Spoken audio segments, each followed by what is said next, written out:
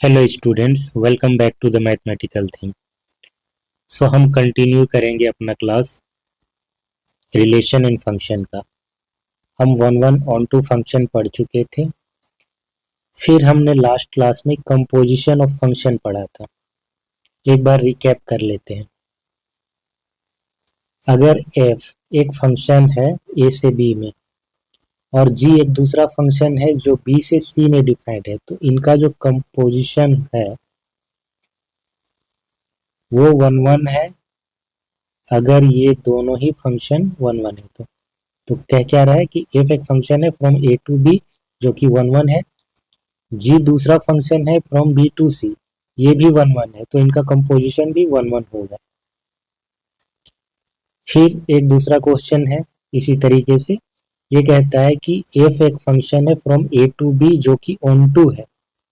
g दूसरा function है from b to c, ये भी ऑन टू है, तो इनका कंपोजिशन भी ऑन टू होगा। यानी कि दो वन वन फंक्शन का कंपोजिशन भी वन वन होता है और दो ऑन टू फंक्शन का कंपोजिशन भी ऑन टू होता है। अब हम देखेंगे क्या इनका कन्वर्स भी ट्रू होता है, यानी कि अगर इनका कंपोजिशन वन वन होगा तो क्या वो दोनों फंक्शन वन वन होंगे? नहीं, ऐसा नहीं होता है।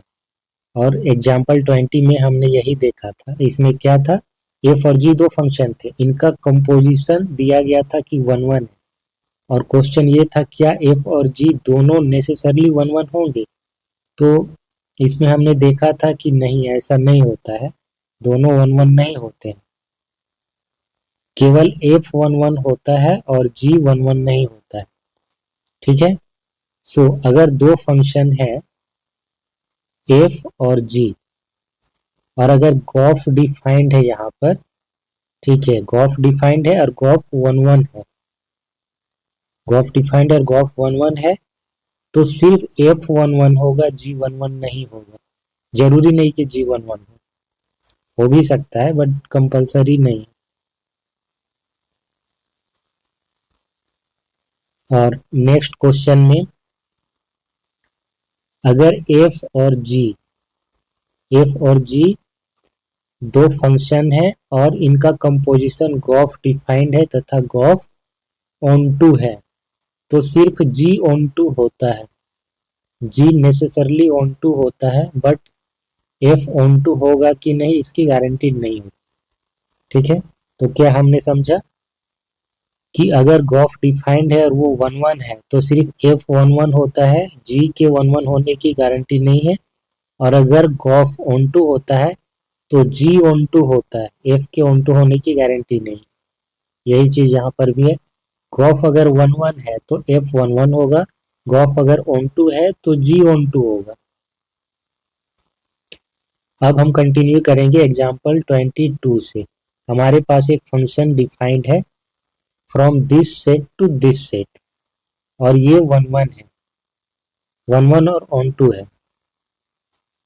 ठीक है। और यहाँ पर मैपिंग भी दे दिया गया है कि वन का मैपिंग ए पर होता है, दो का बी पर होता है, थ्री का सी पे होता है। हमें शो करना है कि जी एक फंक्शन एग्जिस्ट कर रहा है ए बी सी से वन टू थ्री में, सच दैट इनका जो कंपोजिशन है गॉफ वो एक आइडेंटिटी फंक्शन है, और दूसरी तरफ से जो फॉग बन रहा है कंपोजिशन वो भी एक आइडेंटिटी फंक्शन है। ठीक है। यानी कि जब दोनों कंपोजिशन आइडेंटिटी हो जाते हैं तब की बात कर रहा है। इसके आगे हम इनवर्सिबल फंक्शन समझेंगे। जब दोनों कंपोजिशन आइडेंटिटी हो जाता है तभी फंक्शन इनवर्सिबल होता है। सो हमारे पास दिया क्या गया है, मैपिंग है f from one two three to A B C.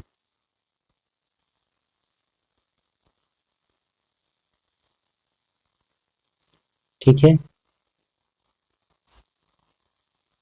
One two three A B C.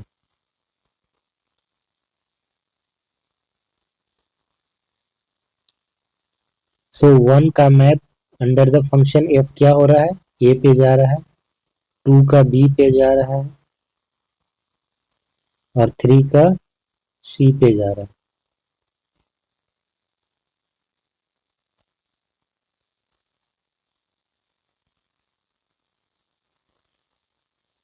ठीक है, सो कह रहा है कि जी एक फंक्शन एग्जिस्ट करेगा रिवर्स डायरेक्शन में, यानी कि ए बी सी इसका डोमेन हो जाएगा और 1 2 3 इसका को डोमेन हो जाएगा, और इनका कंपोजिशन क्या होगा, दोनों आइडेंटिटी फंक्शन होगा। सो लेट हम मान लेते हैं कि जी ऐसे डिफाइंड हो रहा है ए बी सी से 1 2 3 में। ठीक है, ये तो बस मैपिंग है। अब उनका जो एलिमेंट का है उसका इमेजेस किस पे जा रहा है, ये हमें डिफाइन करना होगा। ठीक है, सो डिफाइंड एज ए का मैपिंग हम कर दे रहे हैं 1 पे, बी का मैपिंग कर दे रहे हैं 2 पे, और सी का मैपिंग कर दे रहे हैं 3 पे।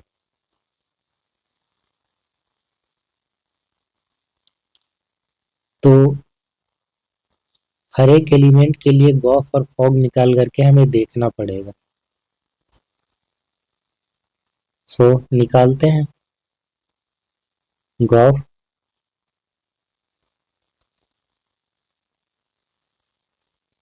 गॉफ डिफाइंड कहाँ से कहाँ पर होगा, हमारा एफ तो ऐसे डिफाइंड है, और जो जी फंक्शन डिफाइंड होगा वो यहाँ से हो रहा है 1 2 3 में। ठीक है, यानी कि यहाँ पर 1 2 3 होगा, और हमने मैपिंग कैसा किया है, ए का किया है 1 पे, बी का 2 पे, सी का 3 पे। ये हमारा जी फंक्शन। सो इस सेट से इस सेट में जाएगा हमारा गॉफ फंक्शन, यानी कि ये वाला चीज इसका डोमेन होगा और ये रेंज होगा, तो हम इसका गॉफ निकालेंगे। ठीक है, so g o f 1 equal to g of f of 1। F of 1 किस पे जा रहा है, क्वेश्चन में दिया गया है ए पे जा रहा है। ठीक है, यहाँ पर ए पे जा रहा है, एफ ऑफ 2 बी पर जा रहा है, एफ ऑफ 3 सी पे जा रहा है। सो 1 का इमेज ए है, और ए का इमेज अंडर द फंक्शन जी कहाँ पर जा रहा है, ए का 1 पे जा रहा है। सो इसका वैल्यू 1, यानी कि गॉफ क्या कर रहा है, 1 को 1 पे मैप कर रहा है, यानी कि ये आइडेंटिटी हो जा रहा है। इसी तरीके से हम गॉफ का ये भी निकालेंगे 2 का image. So g of f of 2, 2 को मैप कर रहा है बी पे। अब जी बी को किस पर मैप करेगा, वापस 2 पे। तो हमने फिर देखा कि गॉफ का जो है 2 का इमेज क्या है, अंडर द फंक्शन गॉफ 2 ही है, यानी कि आइडेंटिटी हो रहा है। इसी तरीके से फिर हम निकालेंगे कि इसका 3 का जी ऑफ एफ ऑफ 3, और फिर देखेंगे कि एफ ऑफ 3 क्या है, सी है, और जी ऑफ सी क्या है, 3 है, यानी कि गॉफ हमारा आइडेंटिटी हो जा रहा है, आइडेंटिटी फंक्शन। ठीक है, एक्स यहाँ पर एक्स क्या है, एक्स सेट है, इसको डिनोट कर रहा है, यानी कि यहाँ पर गॉफ का डोमेन जो होगा ना, वो उसको यहाँ पर लिखा गया है सफिक्स में। सो सिमिलरली कर देते हैं, वो भी आसान चीज़ है, आप खुद से वेरीफाई कर सकते हैं। Similarly fog equal to I Y, यानी कि ये भी आइडेंटिटी होगा। ठीक है, अब हम मूव करते हैं इनवर्सिबल फंक्शन। अभी जो हमने क्वेश्चन किया ना, बिल्कुल उसी पर आधारित है इनवर्सिबल फंक्शन। इसका डेफिनेशन जानते हैं। A function f from x to y is defined to be inversible if there exists a function g from y to x। ध्यान देंगे, f फंक्शन है from x to y, और अगर दूसरा कोई फंक्शन एग्जिस्ट कर जा रहा है उल्टे डायरेक्शन में, यानी कि y to x, such that gof और फॉग दोनों ही आइडेंटिटी हो जाए। एग्जैक्टली पिछला जो क्वेश्चन था ना, उसी तरीके से एफ फंक्शन था यहाँ से यहाँ तक, और जी फंक्शन हमने डिफाइन किया यहाँ से यहाँ तक। फॉग और गॉफ जो थे वो आइडेंटिटी आ रहे थे, तो उस केस में जो फंक्शन हमारा होता है एफ वो इन्वर्सिबल हो जाता है। एक्चुअली एफ और जी दोनों ही इन्वर्सिबल होते हैं और दोनों को ही एक दूसरे का इन्वर्स बोला जाता है। जी को एफ का इन्वर्स बोला जाता है, एफ को जी का इन्वर्स बोला जाता है। सो जी को ही यहाँ पर एफ इन्वर्स से डिनोट किया गया है। ठीक है, तो फंक्शन एफ हमारा एक से वाई में डिफाइंड है।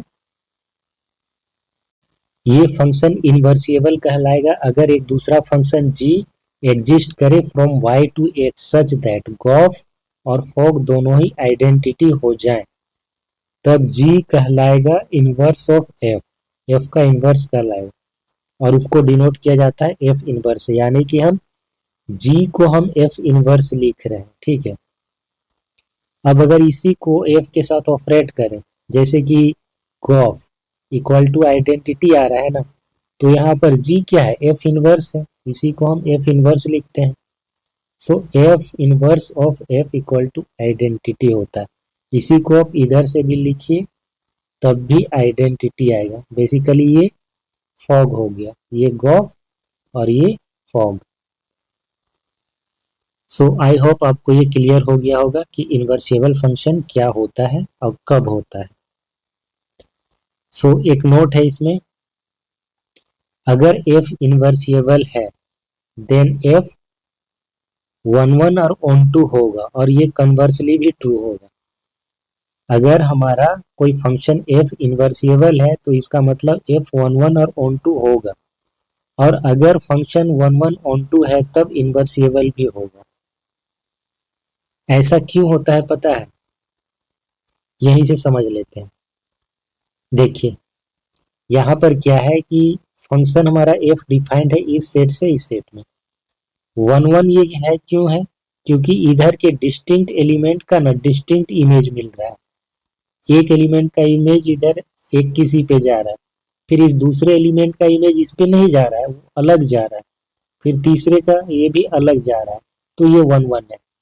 दूसरी बात कि यहाँ पर कोई भी एलिमेंट बच नहीं रहा है, इसीलिए ये ऑन टू है, तो एफ हो गया हमारा वन वन ऑन टू। अब जी दूसरा फंक्शन हमने डिफाइन किया इस सेट से वापस इस सेट में, इसी को हमने यहाँ पर दोबारा लिख दिया है।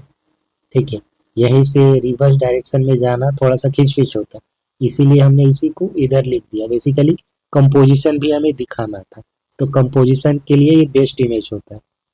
सो जी एक फंक्शन है यहाँ से लेकर के यहाँ तक में। अब देखिए जी भी वन वन है, क्योंकि ए का एक इमेज है, बी का एक डिफरेंट इमेज है, सी का डिफरेंट इमेज है, तो डिस्टिंक्ट एलिमेंट के डिस्टिंक्ट इमेजेस है, तो जी भी वन वन है। और ऑन टू है क्योंकि यहाँ पर कोई भी एलिमेंट बच नहीं रहा है। ठीक है, कोई भी एलिमेंट बच नहीं रहा है जिसका यहाँ पर प्री इमेज ना हो। अब यहाँ पर समझिए कि इसके ऐसा होने पे इन्वर्सिबल क्यों हो जा रहा है। अगर एफ ऑन टू नहीं होता तो यहाँ पर जरूर कोई एक्स्ट्रा एलिमेंट बचता। ठीक है, एक्स्ट्रा एलिमेंट बच जाता जिसका प्री इमेज यहाँ पर नहीं होता, तो एक्स्ट्रा एलिमेंट बचता। अब जी मैप कर रहा है, ये तो डोमेन बन जाएगा जी का।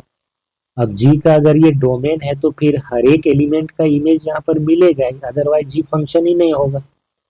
ठीक है, और क्योंकि वन टू थ्री ये ऑलरेडी इसमें तीन ही एलिमेंट है और यहाँ पर एक्स्ट्रा अगर हो जाएगा तो फिर किसी एक एलिमेंट का इन्हीं तीनों में से कोई एक इमेज हो जाएगा, यानी कि दो डिफरेंट एलिमेंट के सेम इमेज होने पड़ेंगे, और उस केस में क्या हो जाएगा, जी हमारा वन वन नहीं रहेगा।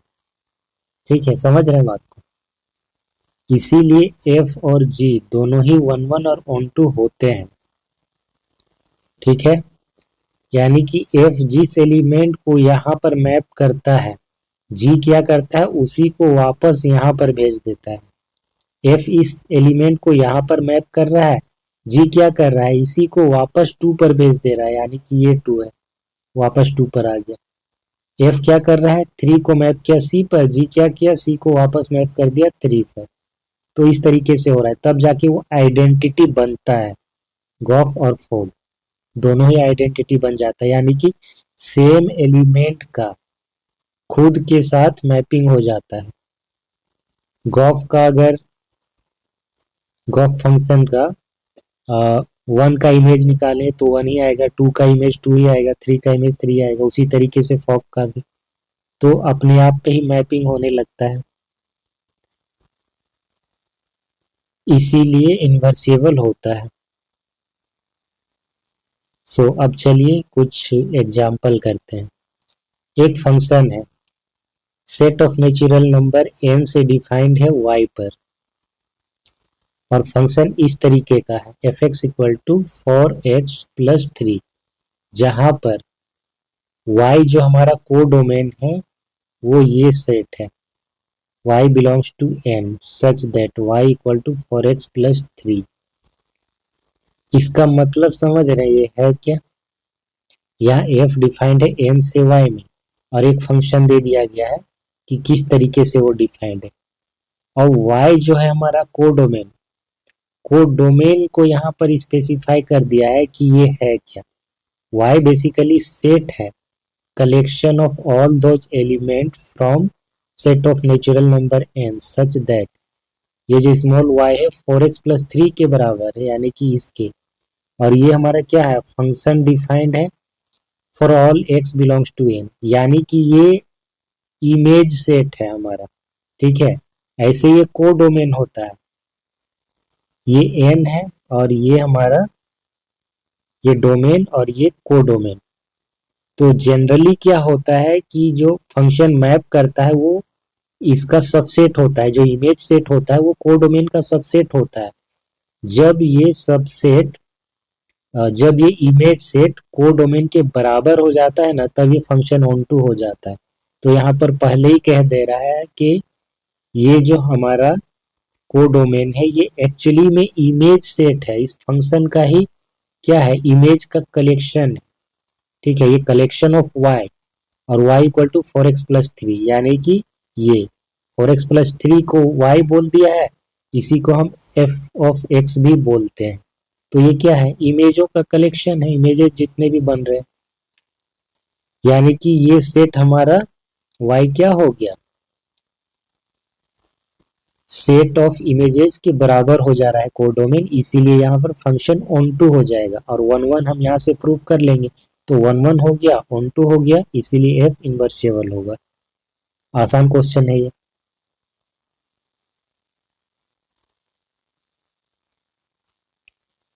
पहले मान लेते हैं दो इमेजेस बराबर है। Let f of x1 equal to f of x2 और सम x1 x2 belongs to n। हमने मान लिया कि कोई x1 x2 है, set of natural number n से लिए गए हैं जिनके इमेजेस बराबर हैं। अब हम ये दिखाएंगे कि एक्चुअली में ये जो पॉइंट्स हैं x1 और x2 ये भी बराबर होंगे। f ऑफ x1 क्या हो जाएगा, under the function f of x equal to 4x+3, ये हो जाएगा 4x1+3, ये हो जाएगा 4x2+3।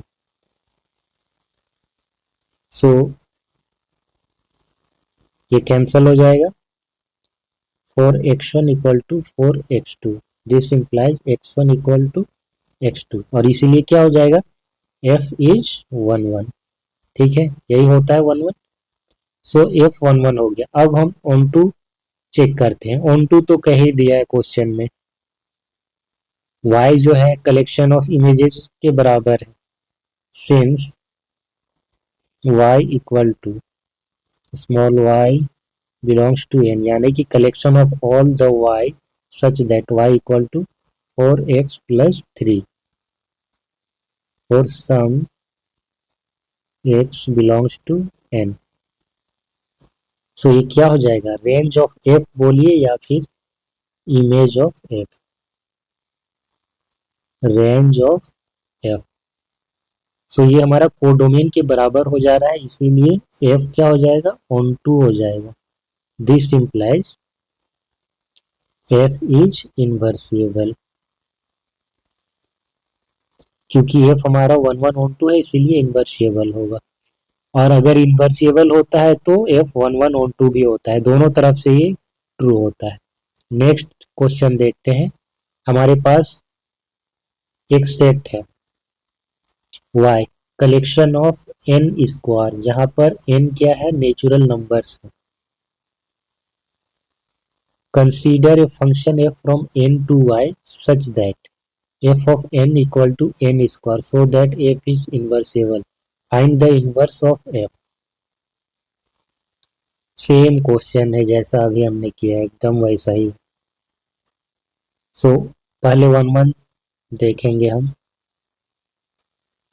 Late f of n1 equal to f of n2 for some n1 n2 belongs to natural number. f of n1 क्या हो जाएगा, n1 का स्क्वायर, और f of n2 क्या हो जाएगा, n2 का स्क्वायर। लास्ट क्वेश्चन में इनवर्स भी फाइंड आउट करना है, ये मिस हो गया था, इसे कंप्लीट कर लेते हैं। इसमें इनवर्स भी निकालना है हमें। इनवर्स निकालने के लिए हम क्या करेंगे, late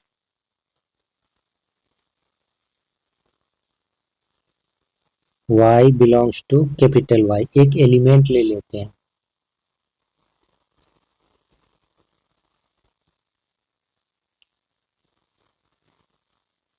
then y equal to क्या हो जाएगा, 4x+3।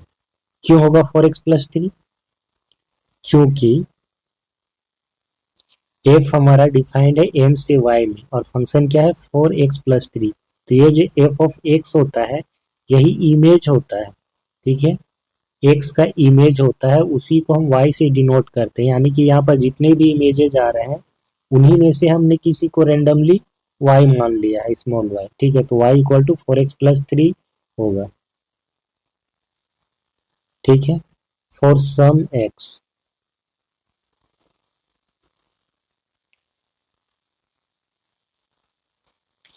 यही से हम क्या करेंगे, x को सेपरेट कर लेंगे। x इक्वल टू क्या हो जाएगा, y-3 डिवाइडेड बाई 4। अब डिफाइन कर दीजिए आप g को, डिफाइन g फ्रॉम, कहाँ से डिफाइन करेंगे, y से डिफाइन करेंगे set of natural number n में, बाय gy। अब y हम क्यों ले रहे हैं यहाँ पर, क्योंकि y से डिफाइन कर रहे हैं n पे, ठीक है, y से डिफाइन कर रहे हैं।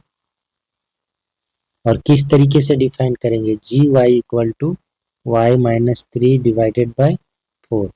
जैसे f ऑफ x को हम y लेते हैं ना, उसी तरीके से g ऑफ y को हम x लेंगे यहाँ पर, क्योंकि हम अब क्या कर रहे हैं, उसका इन्वर्स निकालने का कोशिश कर रहे हैं, और एक दूसरा फंक्शन डिफाइन कर रहे हैं उसका रिवर्स डायरेक्शन में, इसीलिए। अब यहाँ पर ये जो फंक्शन हुआ ना, ये इसका इन्वर्स होगा। ऐसे हमने इसे प्रूव कैसे किया था, इन्वर्सिबल पहले 1 1 दिखाया और ऑन टू दिखाया। जब 1 1 ऑन टू होता है तो फंक्शन इन्वर्सिबल होता है। हम वो करने के बजाय ये भी कर सकते थे कि सबसे पहले उसका एक फंक्शन ही डिफाइन कर देते, g from y to n, उसके बाद गॉफ और फॉग निकाल देते ना, और वो आइडेंटिटी हो जाता, तो उससे भी ये प्रूव हो जाता है कि वो फंक्शन f इन्वर्सिबल है, और इवेंचुअली जो हमने निकाला वो इसका इन्वर्स होगा, ठीक है। तो यहाँ पर हमने डिफाइन कर दिया g a function from y to n इस तरीके से। ये उसका इन्वर्स फंक्शन होगा। अब इसके साथ गॉफ और फॉग निकालिए तो देखिए आइडेंटिटी आता है। तो ऐसे भी हम इसको प्रूव कर सकते थे गॉफ और फॉग निकाल के। Now fog x,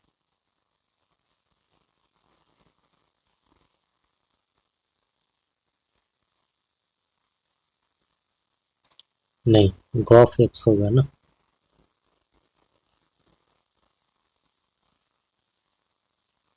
g of f of x। तो g of f of x क्या है हमारा, 4x+3 है,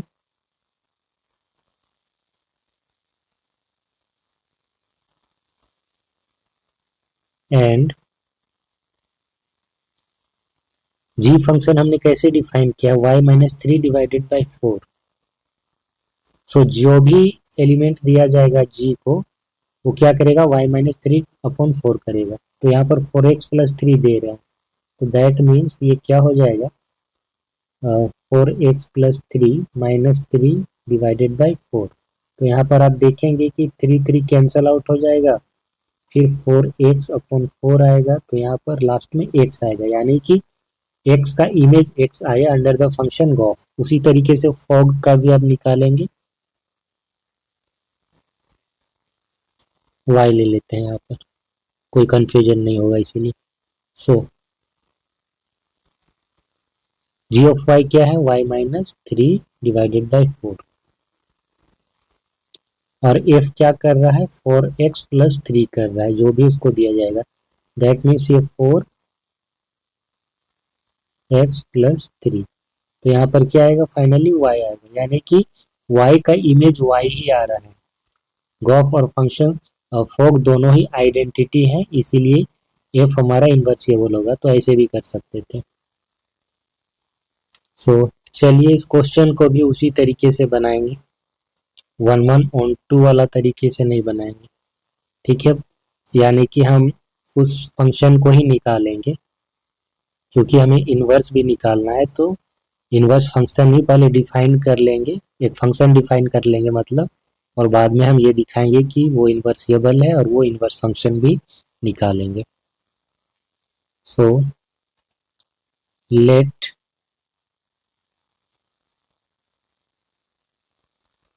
an arbitrary element small y belongs to capital Y,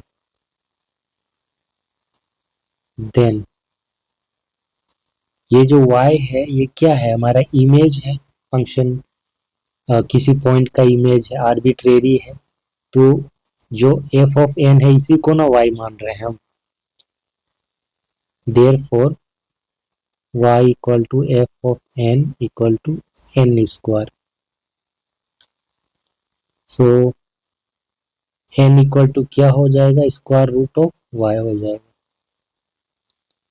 और यहाँ पर हम प्लस माइनस वाला नहीं लेंगे, सिर्फ पॉजिटिव वाला ही लेंगे, माइनस वाला हम नेगेटिव वाला क्यों नहीं लेंगे, क्योंकि ये हमारा नेचुरल नंबर है, n not equal to square root of y, क्योंकि n क्या है, नेचुरल नंबर है, नेगेटिव नहीं होगा। Now define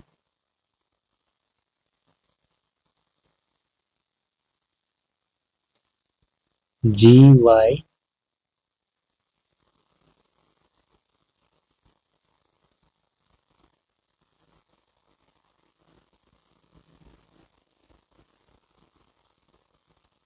g function define करेंगे कहाँ से, y से n में, by gy equal to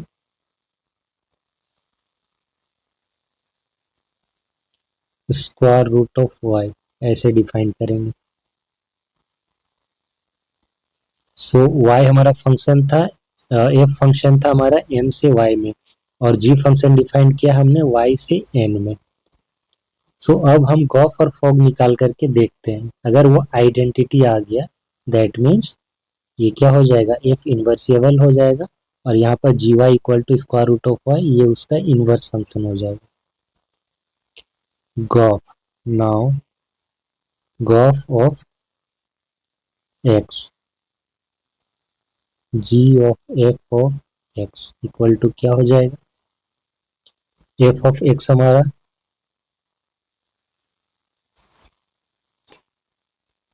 n ले लेते हैं, नेचुरल नंबर पर डिफाइंड है ना। सो f ऑफ n क्या है, n² है, सो g ऑफ n² हो जाएगा। अब चूंकि g ऑफ y बराबर क्या है, स्क्वायर रूट ऑफ y है, तो यहाँ पर n² हम दे रहे हैं, ये फंक्शन को ध्यान में दीजिए, g ऑफ y जो भी इसको दिया जा रहा है g को, ये क्या कर रहा है, उसका स्क्वायर रूट कर रहा है, तो हम g को n² दे रहे हैं, तो ये क्या करेगा, उसका स्क्वायर रूट करेगा, यानी कि ये n के बराबर आ जाएगा। अब ध्यान दीजिए, गॉफ क्या किया, एन का इमेज एन ही निकाला, यानी कि एन को एन पर मैप कर रहा है, यानी कि ये आइडेंटिटी हो गया। दिस इम्प्लाइज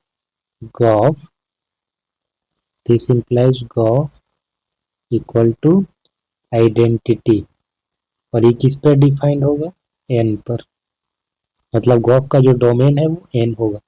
फॉग निकालते हैं, f of g of y. G of y कैसे हमने डिफाइन किया है, स्क्वायर रूट ऑफ वाई, और एफ ऑफ वाई इसका स्क्वायर करेगा, यानी कि स्क्वायर रूट ऑफ वाई का स्क्वायर, तो ये बन जाएगा y square. This implies fog क्या होगी, y square, sorry y square नहीं, ये वाई होगा। सो फॉग क्या कर रहा है, वाई को मैप कर रहा है वाई पे, इसीलिए fog equal to identity function, define किस पे है, वाई पे।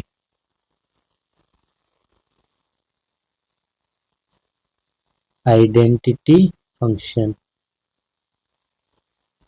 और ये भी identity function.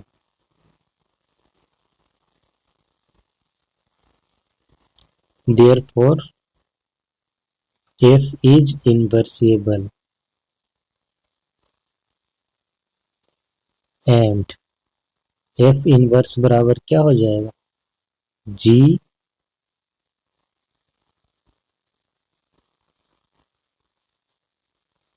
f inverse equal to g of y।